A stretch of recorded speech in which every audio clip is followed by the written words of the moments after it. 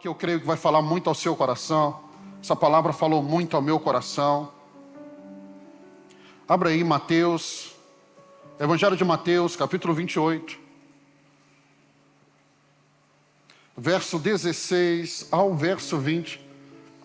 Sempre que você vier, traga um papel, traga uma caneta, compra um caderninho para você escrever aí todas as mensagens que o pastor Walter pregar. Evangelho de Mateus, capítulo 28, verso 16.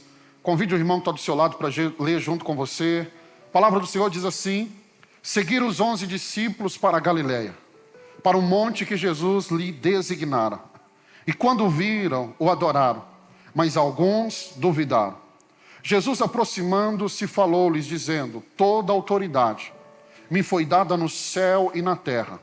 Ide, portanto, fazei discípulo de todas as nações, batizando-os em nome do Pai, do Filho e do Espírito Santo, ensinando-os a guardar todas as coisas que vos tenho ordenado.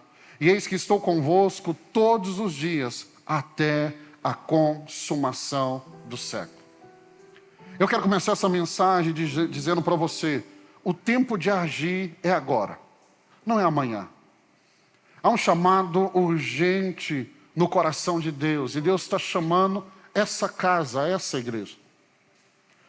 Hoje, quando eu acordei, após acordar, quando eu fui pegar o celular, eu abri uma mensagem do pastor Kaká. Ele está lá na Turquia. E ele está passando e passou por um lugar onde Paulo passou, onde Paulo foi apedrejado. E ele mandou um áudio falando assim: pastor, um dia esse lugar foi um lugar onde Paulo estabeleceu uma igreja. Ele diz: mas você anda aqui hoje, você não vê a igreja. Você anda aqui, você vê que o islamismo tomou conta desse lugar. E ele terminou o áudio me fazendo uma pergunta: será que todo o trabalho do apóstolo Paulo foi em vão? Essa foi a pergunta que ele me fez hoje de manhã. Paulo começou o evangelho ali. E através do trabalho de Paulo, o evangelho chegou até mim e chegou até você. E agora somos nós que temos que revisitar lugares que outrora o poder de Deus chegou. Agora chegou a nossa vez, não é mais o tempo do apóstolo Paulo. A obra de Deus não é feita por uma pessoa. A obra de Deus não é feita por uma geração. Quando eu olho para essa casa, 5 anos, para onde Deus está nos levando, eu não falo só da realidade geográfica nossa aqui de Uberlândia, mas eu fico imaginando aonde os nossos filhos vão chegar. Porque hoje é muito claro no meu coração, eu e você, Deus chamou eu e você para prepararmos o caminho para os nossos filhos. O que estamos preparando não vai ser para nós, o que estamos preparando vai ser para a próxima geração. Há uma certeza, eu tenho, irmão, o inferno vai ter um trabalho com os nossos filhos vão dar um trabalho para Satanás, porque os nossos filhos vão ser melhores do que nós. Nossos filhos vão mais longe, serão melhores, terão mais unção, terão mais graça de Deus. Eles não vão precisar quebrar pedra, nós vamos preparar o caminho para eles. E quando eu leio aqui Mateus 28, eu acredito que você só vai entender Mateus 28 se você ler primeiro Mateus capítulo 10. Por quê? Porque Mateus capítulo 10 é a primeira vez que Jesus chama os 12 discípulos e envia eles para a primeira viagem missionária deles. E a Bíblia diz que Jesus dá autoridade para eles, para curar enfermos, expulsar demônios. Se nós tivéssemos só o capítulo 10, poderíamos correr o risco de cometer o seguinte erro, de achar que a ordem de Jesus foi só para os discípulos. Mas se no capítulo 10 ele enviou os 12, agora no capítulo 28, ele envia os 11, porque Judas não está ali. E esse chamado agora, essa ordem, não é só para eles, essa ordem é para mim e para você. E por que meu coração se alegra? Porque Deus, por meio de Jesus, agora está dando oportunidade para mim e para você, para fazermos o que os apóstolos fizeram. Fala com o irmão que está do seu lado: agora é o nosso tempo. Fala com ele: agora é a nossa vez. O ID é tão importante, a grande comissão é tão importante, que ela está nos 4 evangelhos: Mateus, Marcos, Lucas e João. A grande comissão é tão importante que Lucas repete no livro de Atos. E é interessante que os 4 evangelistas, os 4, vão registrar esse momento. Por quê? Porque as últimas palavras de uma pessoa são as mais importantes e as mais urgentes. E aqui estão as últimas palavras de Jesus Cristo.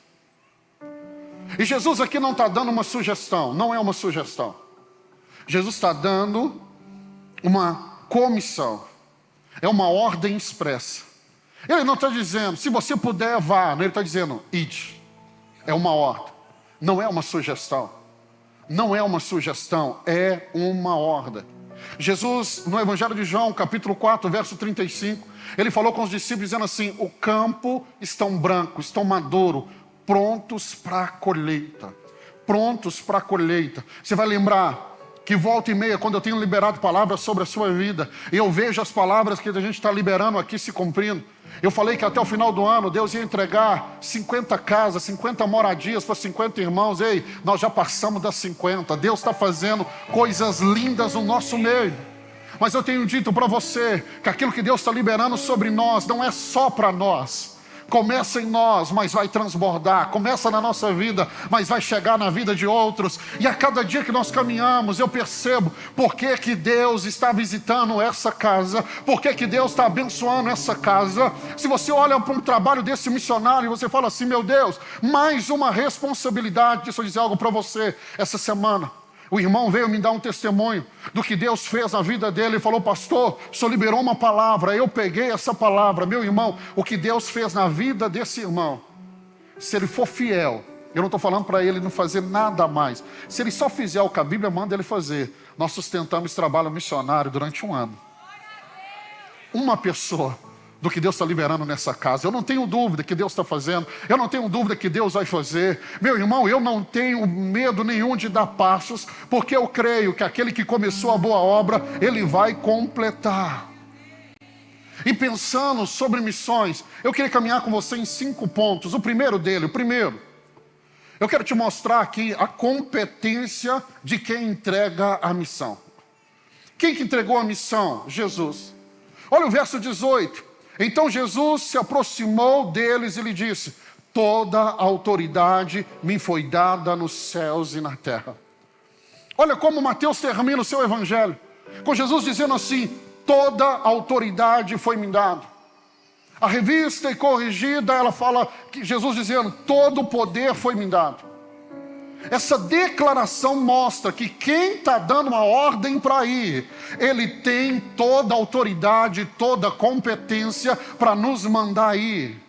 Essa declaração de Jesus mostra que quem dá a ordem tem autoridade, tem competência para fazê-lo. Nós não estamos indo por causa de um sonho no coração do pastor Walter, pastor Eliane. Nós estamos indo porque aquele que tem toda a autoridade nos enviou. E olha como que Mateus trabalha a autoridade de Jesus. Vamos acompanhar Mateus, para a gente ganhar tempo. Mateus capítulo 7, verso 29. Olha o que Mateus vai dizer. Porque ele quem? Jesus as ensinava como quem tem autoridade, e não como os mestres da lei. Mateus começa mostrando que o ensino de Jesus era o ensino de alguém que tem autoridade.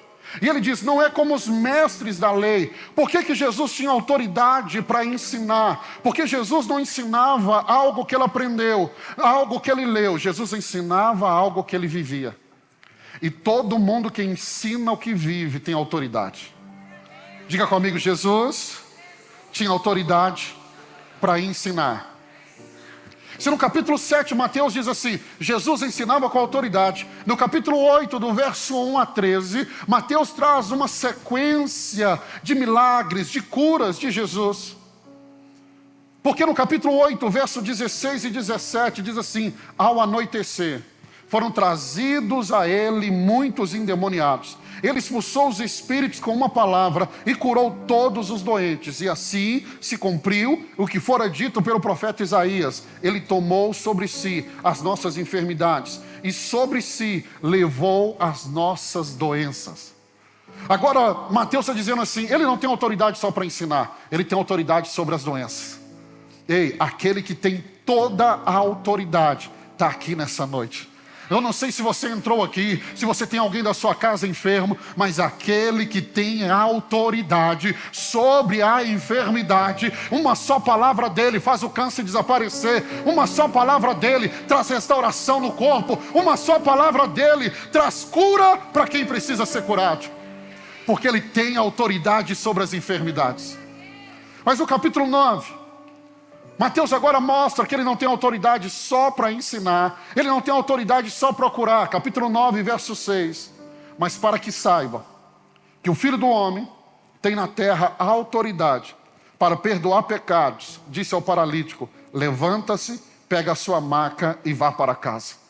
Agora vem Mateus dizendo assim: além de ter autoridade no ensino, autoridade para curar, autoridade para libertar, ele também tem autoridade para perdoar pecados. Ah, pastor, o senhor não sabe o tamanho do meu pecado, o quão grave é. Ei, ele tem autoridade para perdoar pecados. Ele tem autoridade para passar uma borracha no seu pecado. Ele tem autoridade para pegar o meu e o seu pecado e lançar no mar do esquecimento. Ele tem autoridade para nos lavar no sangue dele, para nos purificar no sangue dele. Ah, eu vim dizer para pessoas aqui: não permita nunca mais Satanás te acusar. Não deixe, não deixe, não deixe. Porque aquele que tem autoridade para perdoar pecado está aqui na Imagine. Mas o capítulo 10, se ele tem autoridade para ensinar, tem autoridade para curar, para libertar, para perdoar pecados.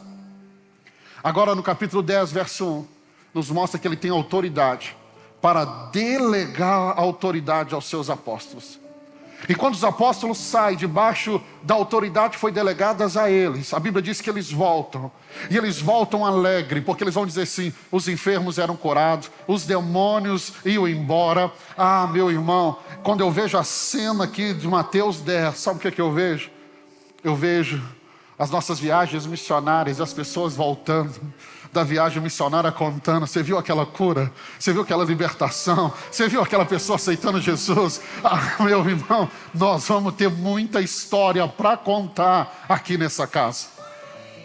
Mas aí nós chegamos no capítulo 28. E no capítulo 28, Mateus agora está dizendo: ele não tem autoridade só para ensinar, ele não tem autoridade só para curar, só para libertar, só para perdoar pecado, só para delegar. Repita comigo: ele tem toda a autoridade. Ele tem toda a autoridade. Sabe o que isso significa? Você precisa entender isso. Diga comigo: ele, Jesus, tem toda a autoridade. Se ele tem toda a autoridade, quer dizer que não sobrou nada para Satanás.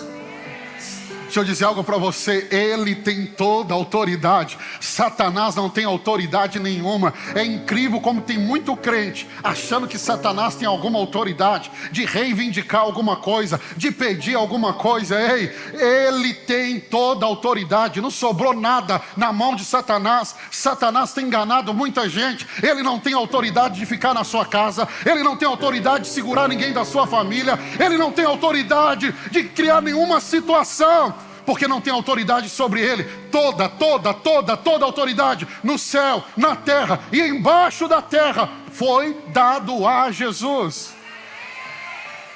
Satanás não tem autoridade nem no inferno, porque Apocalipse diz que a chave da morte e do inferno está na mão de Jesus. Ele não comanda nem o inferno. Vai querer comandar a sua casa? Ah, em nome de Jesus, pode bater em retirada, Satanás. Essa família pertence a Jesus. Essa família é salva. Essa família é de Jesus. Esse pangaré de Satanás não tem autoridade nem no inferno. Vai querer mandar na nossa casa, vai querer mandar. Deixa eu contar de novo, porque eu acho que vale a pena isso aqui. Na despedida lá de Belo Horizonte, passou nos despedindo. E ele passou por Uberlândia, uma experiência. A experiência dele, cada uma tem a sua. Toma muito cuidado para você não projetar a sua experiência na vida do outro. É a sua. Não quer dizer que o outro vai viver o que você está vivendo ou viveu. E ele despedindo, ele falou assim, irmão, no púlpito: você já acha que o pastor Valdo e o pastor Liliane estão indo para os Estados Unidos, para Orlando? Eles estão indo para o inferno. Aquela cidade é o inferno. Ele nos mandou para cá sim, irmãos. Era a experiência dele. Quando ele estava descendo do altar, eu desci, ele segurou na minha mão, ele falou assim, vou te dar um aviso. Você não tem ideia de como são os demônios de Uberlândia. Eu olhei no olho dele e falei, são os demônios de Uberlândia que não me conhecem ainda, irmão. Satanás tem autoridade nenhuma, esses demônios têm autoridade nenhuma. Não tem autoridade nenhuma. Se contar para vocês a história de pessoas que estão aqui dentro, que serviam a Satanás, e Satanás mandou eles aqui dentro. Pior besteira que fizeram. Porque entrou aqui, irmão, vai ser nossa ovelha, vai pertencer a essa família, vai sair da mão de Satanás. O que Satanás pode fazer é impedir eles de chegar aqui, se ele tiver força para isso. Porque se deixar entrar aqui, ele perdeu. Perdeu. Toda a autoridade está na mão de Jesus. Não é meia autoridade, não é parcial, é toda a autoridade. Aquele que está dizendo assim, pode ir, é aquele que tem toda a autoridade sobre todas as coisas e sobre tudo. Pastor, nós vamos, porque aquele que tem toda a autoridade, Criador dos céus e da terra, aquele que é o soberano, aquele que é o alfa e o ômega, aquele que é o Criador de tudo, está dizendo, pode ir, vocês estão indo me representando. Meu irmão, nós não estamos indo porque queremos ir apenas, nós estamos indo porque Ele está nos enviando. E essa certeza nós temos que ter.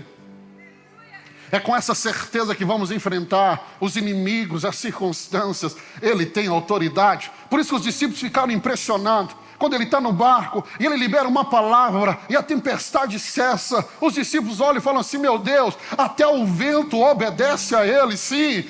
Ele tem autoridade sobre o vento, sobre a natureza, sobre a criação. Ele tem autoridade sobre tudo. Pastor, e o recurso financeiro? Um dia estava ele e Pedro conversando, chega alguém para cobrar imposto, ele fala com Pedro, Pedro, pega a sua varinha, joga lá, pega um peixe. Mas Jesus, eles estão precisando de ouro e não de peixe, eu sei, mas dentro da boca do peixe vai ter uma moeda, porque eu já dei ordem para ele, para segurar essa moeda, e eu já dei ordem para ele para ir no seu anzal. Pode ir lá, Pedro, ei, aquele que tem toda a autoridade, vai mover pessoas de perto, de longe, não vai faltar recurso financeiro. Não vai faltar, aquele que tem toda a autoridade vai te prosperar, vai te abençoar, vai fazer você prosperar como nunca, porque através da sua prosperidade nós vamos tocar nações. Ele tem toda a autoridade para fazer você prosperar. Meu irmão, você está aqui, não imagina, está nos visitando, nós somos assim. Prepara, você vai vender milhões, você vai faturar milhões. Você está pregando sobre prosperidade? Não, estou pregando sobre o reino de Deus. Nós vamos tocar essas nações e o recurso vai sair daqui. Nós vamos ter para transbordar.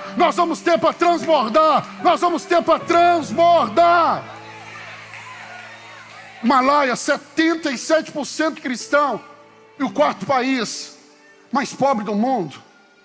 Loucura é essa? Nós não queremos desse evangelho, nós queremos um evangelho completo. Nós vamos pisar naquela terra, nós vamos levar prosperidade naquela terra, nós vamos levar mudança de mente naquela terra, e nós vamos chegar com autoridade. Por quê? Porque aquele que tem toda a autoridade está nos enviando lá. Nós vamos chegar com autoridade, irmão. A terra não produz nada, a gente põe a mão nela e dá ordem para ela começar a produzir. Romanos diz, a criação almeja, aguarda com expectativa a manifestação dos filhos de Deus. Nós estamos representando aquele que tem toda a autoridade. Segundo, verso 19. E aqui está o ponto central da grande comissão.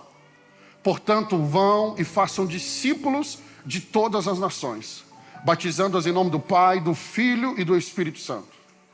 Interessante que todos os verbos aqui estão no gerúndio, mas o fazer discípulo é uma ordem. Olha que interessante, Jesus não mandou fazer fãs. Quem precisa de fãs é artistas. Jesus não mandou fazer admiradores. Quem quer admiradores é atores, jogadores. Jesus não mandou apenas evangelizar, ganhar almas e abandonar os bebês espirituais. Ele diz assim, ide e fazei discípulo. Deus está chamando essa casa para fazer discípulo. Deus não está chamando eu e você para fazermos seguidores, seja no Instagram, numa plataforma, seja aqui, não. Deus nos chamou para fazer discípulos.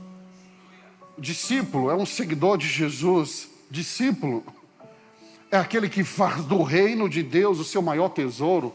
Discípulo é aquele que renuncia tudo por amor a Jesus.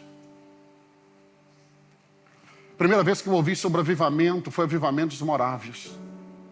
Eu vi a história daqueles jovens que se venderam como escravo para irem para uma outra nação levar o evangelho. Quando perguntaram eles por que eles estavam fazendo aquilo, eles disseram: para que o Cordeiro receba o fruto do seu trabalho.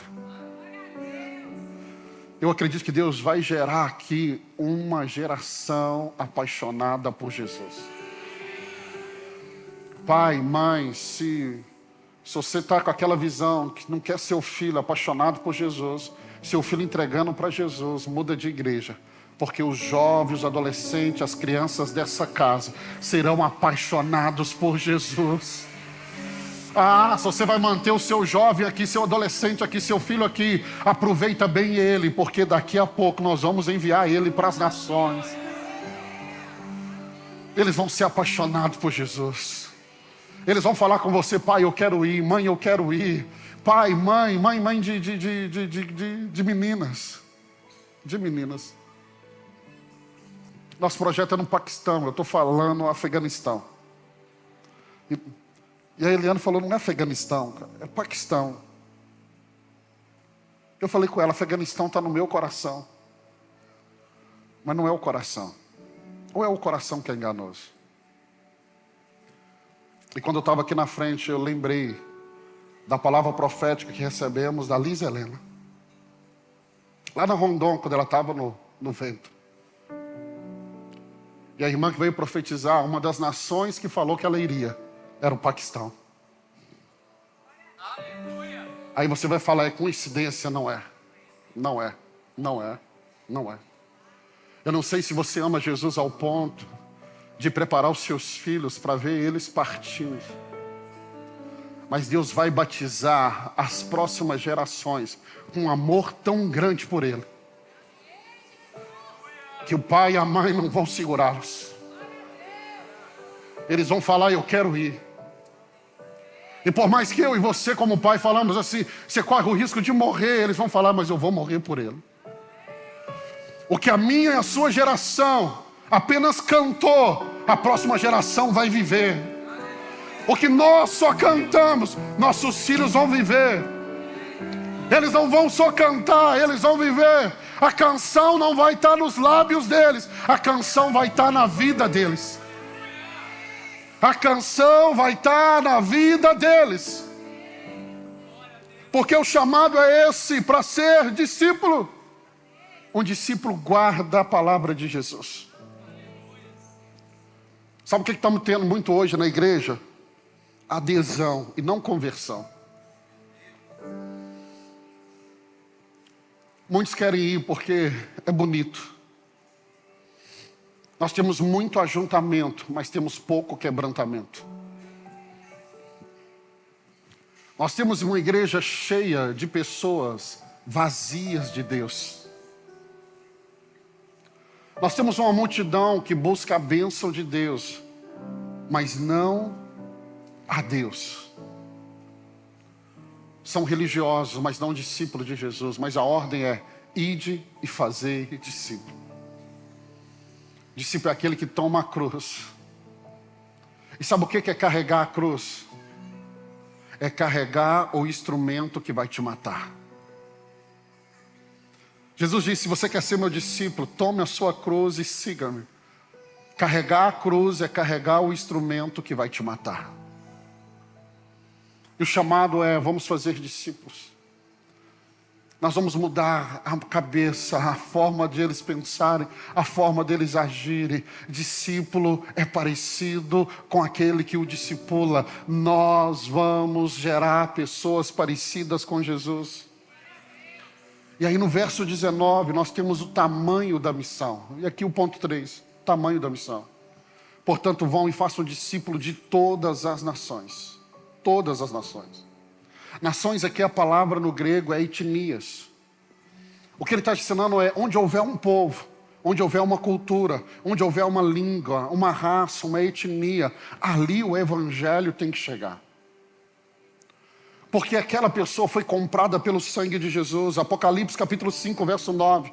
Diz que Deus comprou com o sangue do seu Filho os que procedem de toda tribo, língua, povo e nação. Jesus comprou. Jesus não comprou só Uberlândia. Jesus comprou todas as nações. É dele. Aquele que tem toda a autoridade pagou um preço por todos.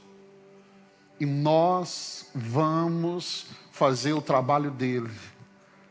Vamos fazer ele se alegrar com o trabalho dele. Nós vamos. Você pode falar com o seu irmão, fale com ele, nós vamos. Pastor, eu não posso ir fisicamente, mas você vai. Você vai com as suas orações, você vai com as suas ofertas, você vai. Nós vamos juntos, nós vamos como igreja. Nós vamos como família, nós vamos como corpo de Cristo, nós vamos, você vai. E aí tem o ponto 4 aqui, que é o efeito da grande comissão. Portanto, verso 19, vão e façam discípulos de todas as nações, batizando-os em nome do Pai, do Filho e do Espírito Santo. O que Jesus está dizendo aqui é, envolva os novos convertidos. A igreja, ela é importante. E por que ela é importante? Porque é onde o novo convertido, Paulo chama de neófito, aquele que está iniciando a fé, é onde ele vai aprender, vai ser preparado, vai ser treinado, vai ser ativado, vai ser equipado. A igreja é para isso.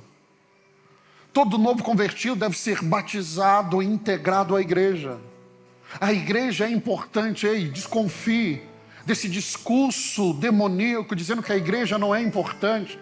E eles vão falar, a igreja não é importante porque a igreja erra, ela é falha, porque eu e você estamos aqui, nós erramos. Mas nós precisamos da igreja,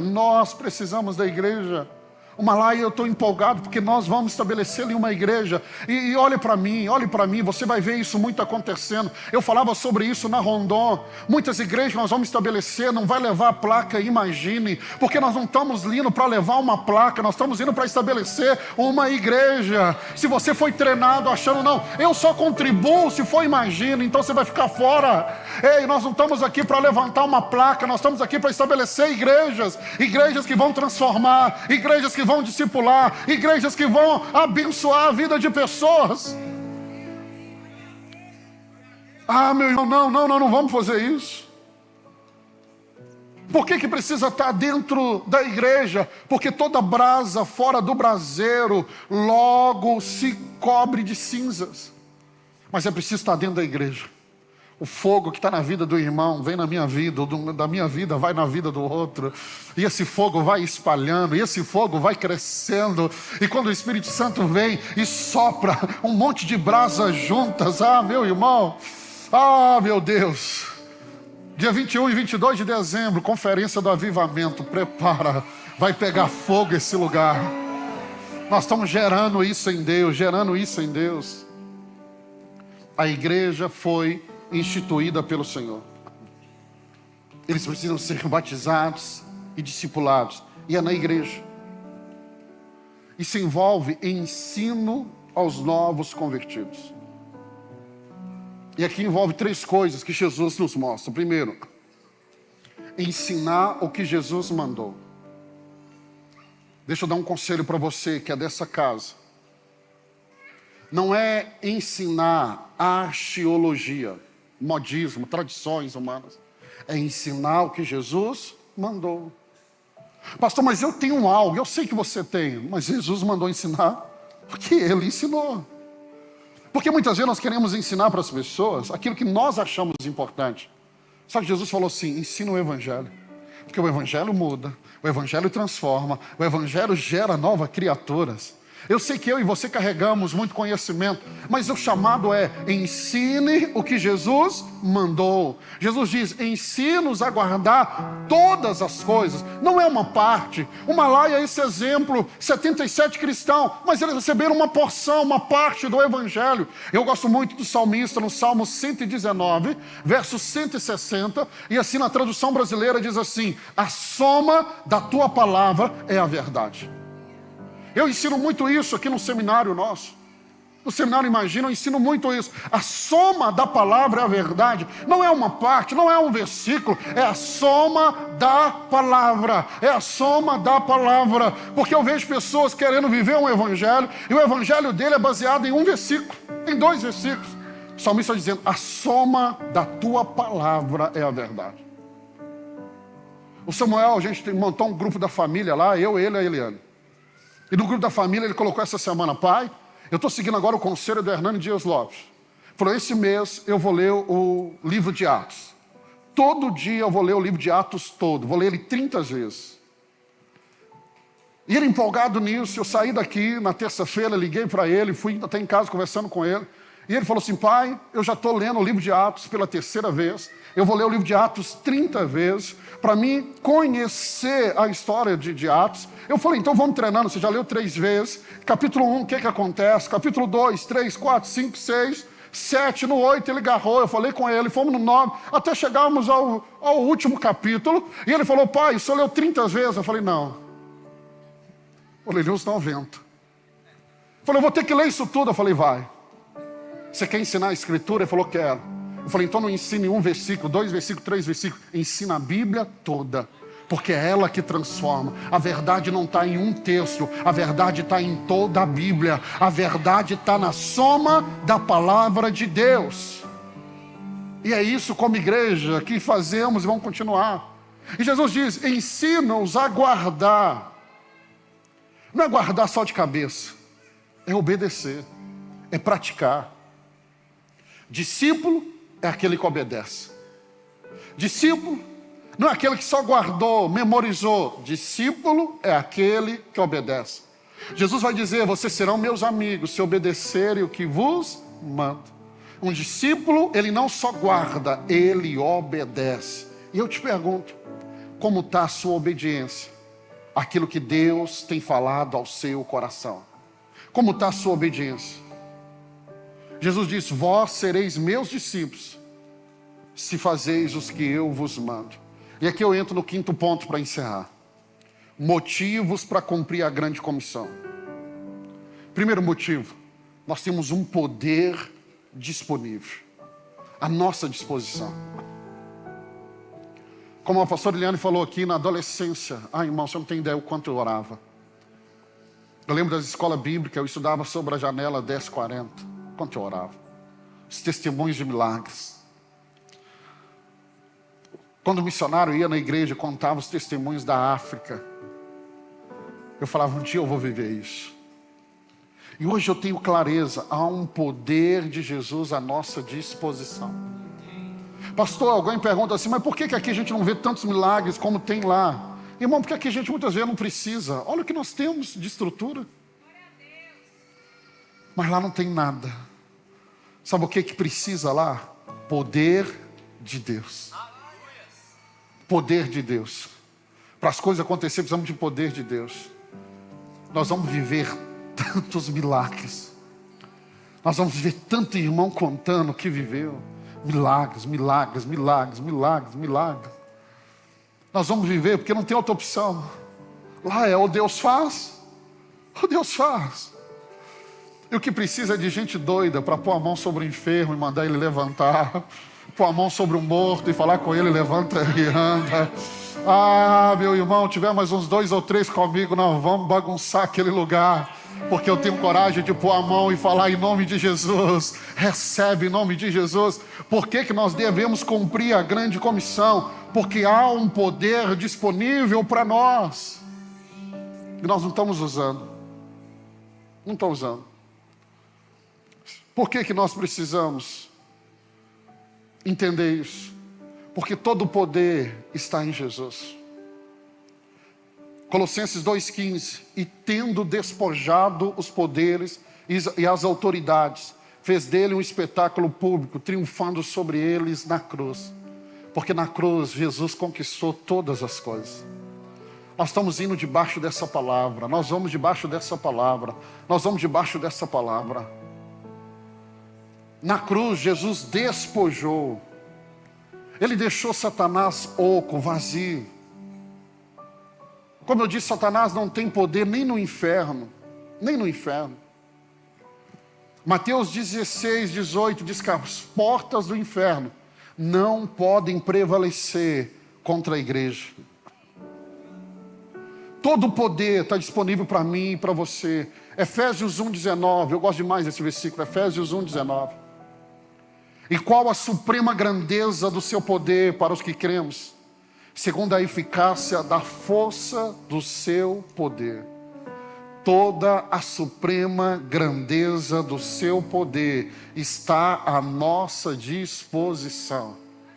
Eu vou repetir, Efésios 1:19. Toda a suprema grandeza do seu poder. Eu gosto de Paulo, que Paulo dá Paulo para escrever. Eu podia falar só poder como os outros falaram, mas Paulo está dizendo assim, é a suprema grandeza do seu poder. Eu te explico teologicamente, por que Paulo escreve dessa maneira, os outros não? Porque a experiência dos outros foi com Jesus terreno, a experiência de Paulo foi com Jesus ressurreto. A experiência de Paulo não é com Jesus caminhando na terra. A experiência de Paulo é com Jesus assentado no trono, à direita do Pai. Por isso que ele está dizendo aqui, toda suprema grandeza do seu poder está disponível para quem? Para mim e para você, que somos igreja. Por que devemos cumprir a grande comissão? Segundo, a presença de Jesus. E eu estarei sempre com vocês, até o fim dos tempos. Nós não vamos sozinhos, nós vamos com Ele. E a presença de Jesus é contínua. Ela não está só um dia. Ele está dizendo, eu vou estar com você todos os dias. Pastor, mas eu não estou percebendo. Não é porque a sua percepção não está boa que Ele não está com você. Ele é o vigia que não dormita, não dorme. Em todas as situações Ele está conosco. Se eu passar pelo fogo, Ele está comigo. Se eu passar pelas águas, Ele está comigo. Se eu passar pelo vale das sombras e da morte, Ele está comigo. Em toda e qualquer situação, eu não estou sozinho, Ele está comigo. Quem aqui crê que Jesus está com Ele, dá um glória a Deus aí no seu lugar. Por que nós precisamos ir? Porque é ordem de Jesus. Portanto, vão e façam discípulos. Irmãos, como igreja nós temos um poder tão grande. Quando eu coloquei o vídeo do Malai, um irmão aqui da igreja mandou uma mensagem. Nós temos que pensar nisso, Beto, é com você e com a Raquel. Ele falou assim, pastor, nós estamos querendo adotar uma criança, duas. A gente não pode adotar 2 meninos desse, não? Olha o poder que nós temos como igreja, de mudar vidas. Olha o poder que nós temos como igreja. Olha o poder que nós podemos, o que podemos fazer como igreja. Nós podemos muito. Mas nós só temos que ir e vamos, por quê? Porque é uma ordem. Ele mandou. O Jesus ressurreto, o Rei dos Reis, o Senhor dos Senhores, o soberano do universo, Ele deu uma ordem. E cabe a cada um de nós obedecer. Essa ordem é intransferível. Essa ordem é impostergável. Escute isso. A grande comissão não pode transformar-se na grande omissão. A grande comissão não pode transformar-se na grande omissão. E eu termino. Quando o pessoal do louvor vem, bem devagar. Nos 4 evangelhos. No momento da ressurreição, Jesus já vai falar com Maria Madalena. Avisa os discípulos que eu vou encontrar com eles lá na Galileia. E o texto que lemos de Mateus começa dizendo assim, os 11 discípulos estavam com ele naquele monte. Preste atenção nisso. Isso aqui é poderoso, isso aqui vai te ajudar muito. A ordem de Jesus foi aos discípulos. a ordem foi dada aos discípulos. Se a gente lê Evangelho de Marcos 16, 14, finalmente Jesus apareceu aos 11, quando estavam à mesa, e censurou-lhes a incredulidade, a dureza do coração, porque não deram crédito aos que o tinham visto já ressuscitado. E disse-lhe: vão por todo o mundo e pregam o evangelho a toda criatura. Jesus dá ordem aos discípulos. Vão comigo, me ajuda aqui agora para a gente terminar. Jesus dá ordem aos discípulos. Por quê, pastor? Porque essa regra é muito importante. Não tente fazer o que você ainda não se tornou. Não tente realizar o que você ainda não é. Nós estamos vivendo num tempo da informação, e há muita gente querendo ensinar o que ele nunca foi, o que ele nunca se tornou. Se eu quero fazer, eu preciso ser. Para me fazer discípulos, eu preciso ser discípulo. Primeira vez que falamos aqui de missões, o telefone da pastora Eliane assim encheu de mensagens. Nós somos uma igreja, o que falamos aqui vai para o Brasil. Eu recebo muitas mensagens, eu recebo mensagem de várias pessoas. Uma delas, um jovem, eu entrei, ele mandou uma mensagem: pastor, eu vi que o coração de vocês é missionário, a igreja vai investir em missões, e eu tenho um chamado missionário, e eu estou precisando de $10 mil para fazer missões. Eu entrei no perfil dele, porque vai que ele é um missionário, nós vamos dar os $10 mil. Mas quando eu entrei no perfil do Instagram dele, eu percebi que ele não consegue testemunhar nem do lado da casa dele, nem dentro da casa dele. Ronaldo Lindório, talvez a maior referência missionária do Brasil, ele ensina sobre missões dizendo assim: quem é bênção perto, ele é bênção longe. Pastor, me envia para missões, eu vou lá fazer discípulo. Você está fazendo discípulo aqui na Imagine? Com toda essa estrutura, com tudo que nós temos na mão, com mais de 100 ministérios para te auxiliar, você está fazendo discípulos aqui. Se você não tem competência para fazer discípulo aqui, com toda essa estrutura, você vai fazer aonde não tem nada? Jesus está dizendo, ide fazer discípulo. Por que ele está dando essa ordem? E por que os discípulos podem fazer? Porque primeiro eles se tornaram. Você só pode realizar aquilo que você se tornou. Você só pode fazer discípulo quando você se propõe a ser discípulo.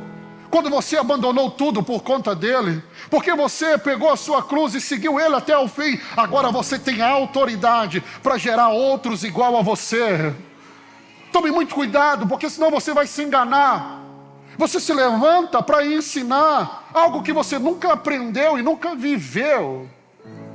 Antes de querer fazer, se torne, seja primeiro, seja primeiro. Pastor, eu tenho um chamado pastoral, deixa eu pregar no domingo. Vai primeiro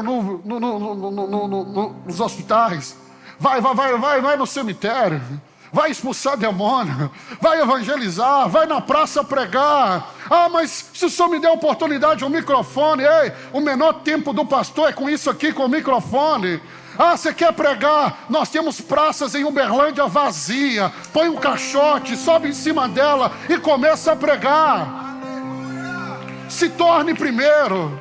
Jesus está dizendo, vão e façam discípulos. Mas por quê? Porque durante 3 anos e meio eles abandonaram tudo. 3 anos e meio eles foram ensinados. 3 anos e meio Jesus lapidou eles.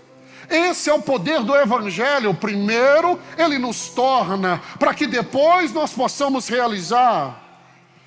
Porque o Evangelho, ele é muito claro. A minha e a sua identidade não está naquilo que fazemos. Não. Nós não somos o que fazemos. Nós não somos discípulos porque pregamos. Nós não somos discípulos. Não. O que somos não tem nada a ver com o que fazemos. O que nós somos é porque Ele nos fez. É por causa dEle. Então permita Ele fazer em você primeiro. Grande comissão. Sabe por que cumprir a grande comissão é tão difícil?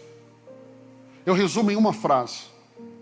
Sabe por que cumprir a grande comissão é muito difícil? Porque a grande comissão não é apenas uma ordem. Ela é o reflexo de quem somos.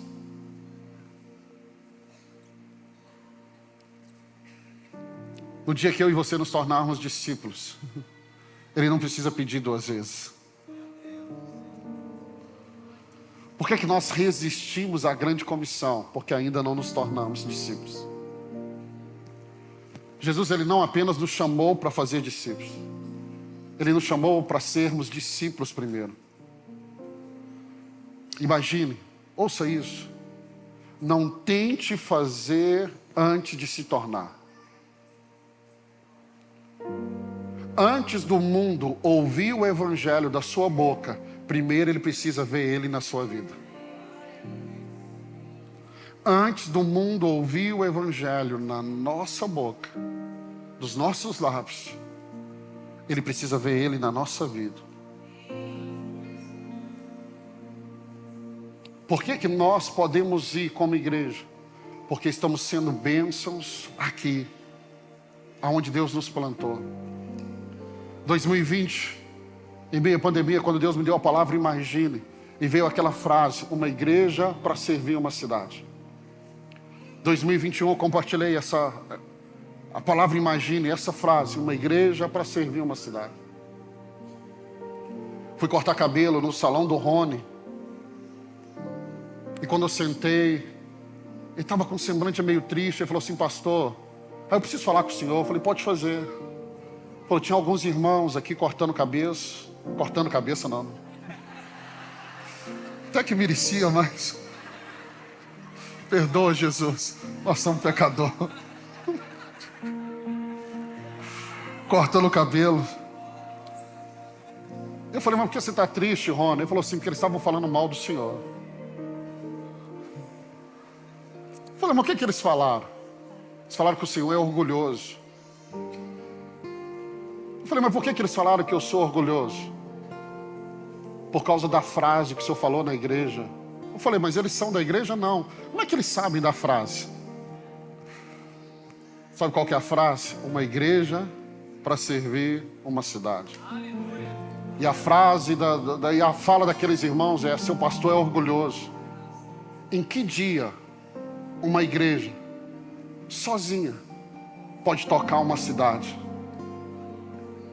Se hoje esses irmãos soubessem que essa igreja não vai tocar só uma cidade, essa igreja vai começar a tocar nações. E nunca se tratou de mim e de você.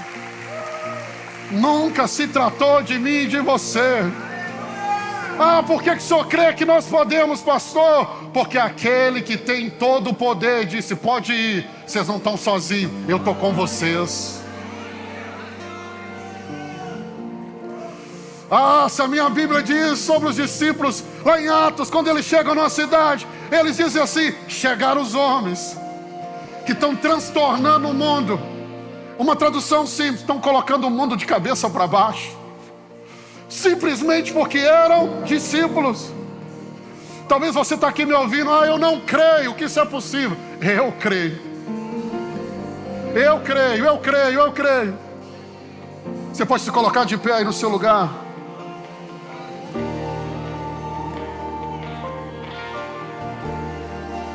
Ei, imagine, nós vamos, mas sabe como nós vamos? Nós vamos na autoridade de Cristo. Nós vamos na autoridade daquele que tem toda a autoridade. Nós vamos com o coração transformado e queimando. Ah, acabou o tempo de ficar só cantando que nós estamos queimando, queimando, queimando, queimando. Ah, agora nós vamos queimar mesmo. Agora nós vamos queimar mesmo. Sabe como que nós vamos? Nós vamos com uma fé inabalável. Uma fé inabalável. Tudo que Deus está fazendo aqui nessa casa é só treinando a nossa fé. O pastor Tênis está de férias, viajando. Antes dele viajar, ele falou assim: é, pastor, eu lembro lá do Estoril, bairro de Belo Horizonte, a igreja que ele pastoreava. Quando eu comprei os ar-condicionados para a igreja, já não tinha dinheiro. Naquela época era 60 mil reais. Eu lembro que ele falou: pastor, o senhor é louco. Não, a gente paga de 10 vezes. Aí ele disse assim, nessa semana: aquele ar-condicionado era só um treinamento para os 6 milhões atuais. Ei, irmão, Deus só está nos treinando. Deus só está nos dando uma fé inabalável. Sabe para quê? Porque quando a gente for e alguém falar, mas isso é difícil, isso é... Não, irmão. Nós somos treinados em Uberlândia, irmão. Nós fomos treinados na cidade que outrora era chamado como cidade que mata profeta, mas agora é a cidade que está gerando profeta para as nações. Nós não fomos treinados em qualquer lugar. Que o evangelho que nós vamos carregar, ele seja visível em nós, visível nas nossas ações, visível nas nossas palavras. Que as pessoas olhem para nós, que elas não precisem ler a Bíblia, basta olhar para nós. Que isso, pastor? Isso mesmo, que elas não precisem ler a Bíblia, que ela leia a nossa vida. Olhe para nós e vai ver Jesus.